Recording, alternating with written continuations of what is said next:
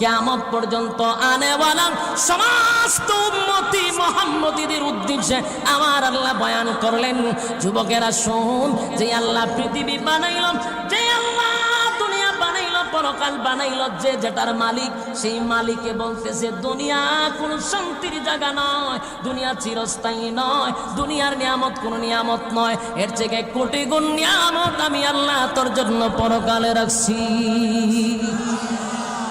দুনিয়ার যত বড় বাদশাহী হন, কিন্তু এটা ক্ষণস্থায়ী, কথা হয় না। আর রব্বে কারীম বলে, বান্দা শুন, কোন রকম একটা জান্নাতি যদি জান্নাতে যায় রে, আমি আল্লাহ তার একটা রাজত্ব দিব। এই রাজত্বটা হবে এই পৃথিবীর 10টা পৃথিবীর সমান। জুরে কোন সুবহান। একটা জবান বন্ধ রাখবেন না, আল্লাহু আকবার।